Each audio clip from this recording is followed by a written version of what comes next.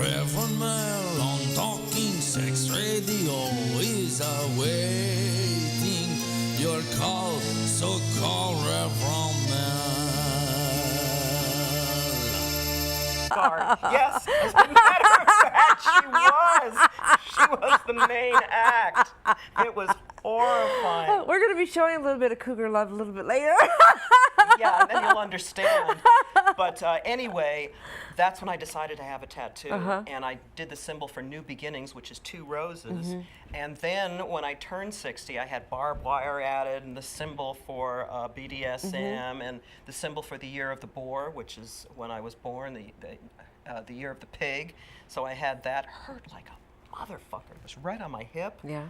That symbol, and he went over it, over and over again. Friggin' sadist. So yeah, I did a tattoo, and I got a personal trainer. I figured I needed to be armed, but I got my logo. I don't know. Can you see? Oh, can you see this? Can you see that? And that's the Tilt it just a little bit that way. That way? Yeah, a little bit lower, a little bit more, for the light doesn't hit. How's Tilt that? me. Is that? Can you get it?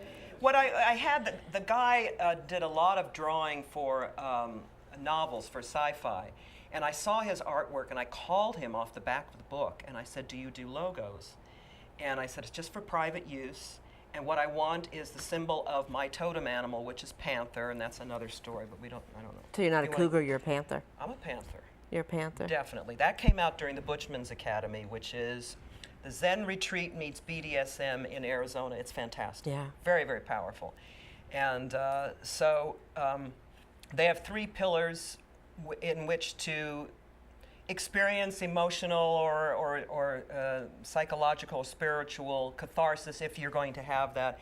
And one of them is flogging, the other one is saran wrap, and the third is needles.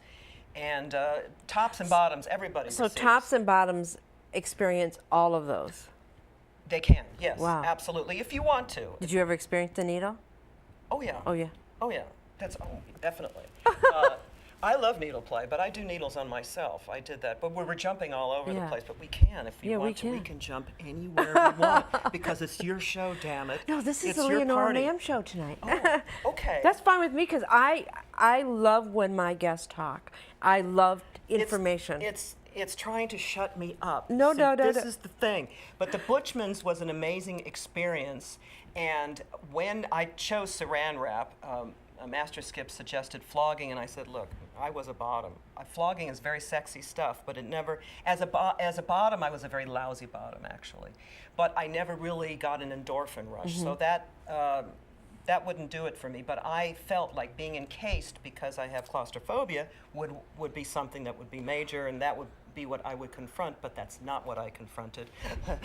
But instead, I confronted my mother's stuff, but also I saw a panther going back and forth. Oh wow! In a cage, and I felt it as me. Uh-huh. And there was a guy who got it into his head to get on top of me.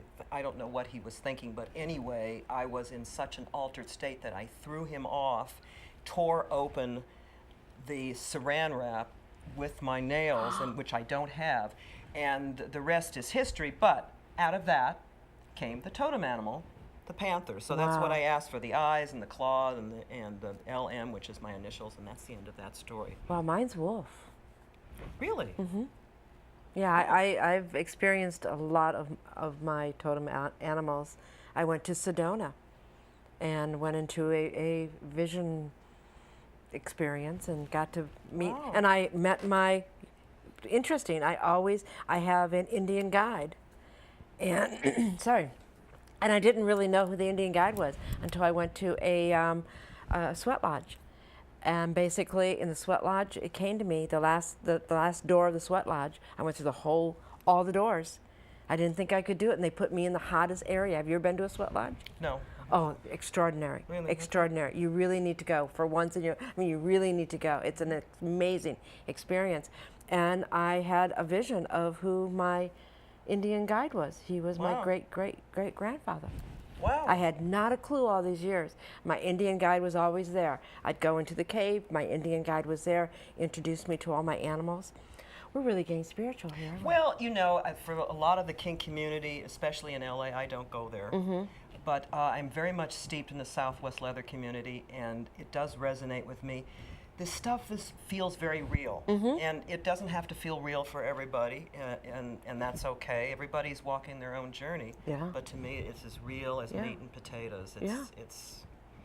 To me, we call ourselves woo-woo, especially in the Southwest, but you know, woo-woo for some is like fluff, and for some people, they get so much into the spirituality that they don't ground themselves psychologically, and they can really go spinning forever. Well, basically, I can understand that because I did for 3.5 years, I was in a meditative state where all I did was work 3 days a week, and the rest of the time I either painted or I was in a meditation.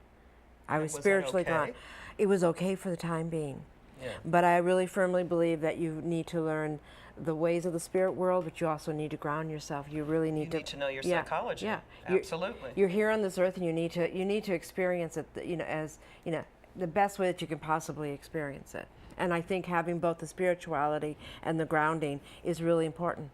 It is important in our BDSM lifestyle too. I was just going to say that. Would that more people were in tune to.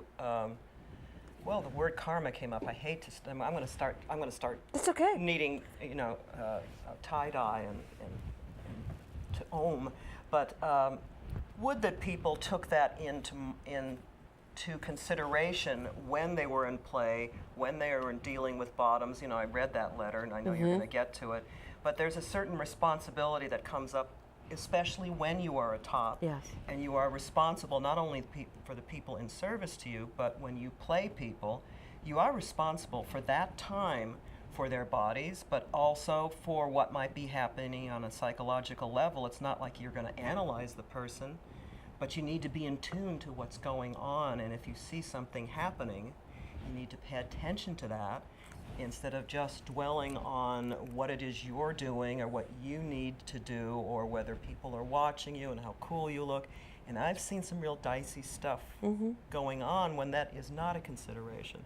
Well, I've watched you play. I've in fact, my last submissive, you were the very first person he's ever had a single tail done. He didn't want to do it in the beginning, and then because he was fearful of it. But I also watch. It's supposed to be energy exchange. And I see when you play, I see that you do exchange the energy with the other person, and it is all about moving energy. It's not just beating somebody. It's a dance. It is a dance. To me, it's all a big dance, and I'm going to reach for my bottle here. Yeah, it's a big dance, and it's a big opportunity to connect, but also on a sensual level, and it's depending on the person is what comes out during a scene. I mean, there's some people for whom you're just showing them different sensations, and that's it, and you know that they shouldn't go any further because they will be threatened. Yeah. But certainly in the case of that gentleman, he seemed to be very open to all of it. It was that was lovely. Fabulous to watch. But the thing is that it is a dance, and it sometimes it can be one of the most erotic, primal dances you'll ever do in a BDSM scene. Oh yes, amen. And I just... You're making a drawing. Oh, I always do. I do it. People think I'm... That's like an exclamation point. You really believed in what you just said. Yeah, I really do. I believe that spirituality and BDSM, I really think they play a hand in hand together. Oh, of course. And I think that people that... I mean, I know when you're playing or when you're scening that nothing exists except you and the person you're scening with. You don't look around to see who's watching you. You're gone. I'm gone. You're gone. Which never happened, and I make it a point of telling people that I started off as a bottom to my wonderful then partner, Alexander, and it was a woman, and I learned from the best. I learned her passion was sharps, and that's when my first exposure to cutting and needles and all that. But I never had that connection as a bottom. I never felt that. I didn't know what that was like until someone put a bullwhip in my hands. And what we're going to got it. We are going to take a break, and I put bull whip. Okay. Because I want to come back to this conversation. And so you've been watching the Rev Mel Show with my wonderful, wonderful guest, Lenora Ma'ma. We'll be right back.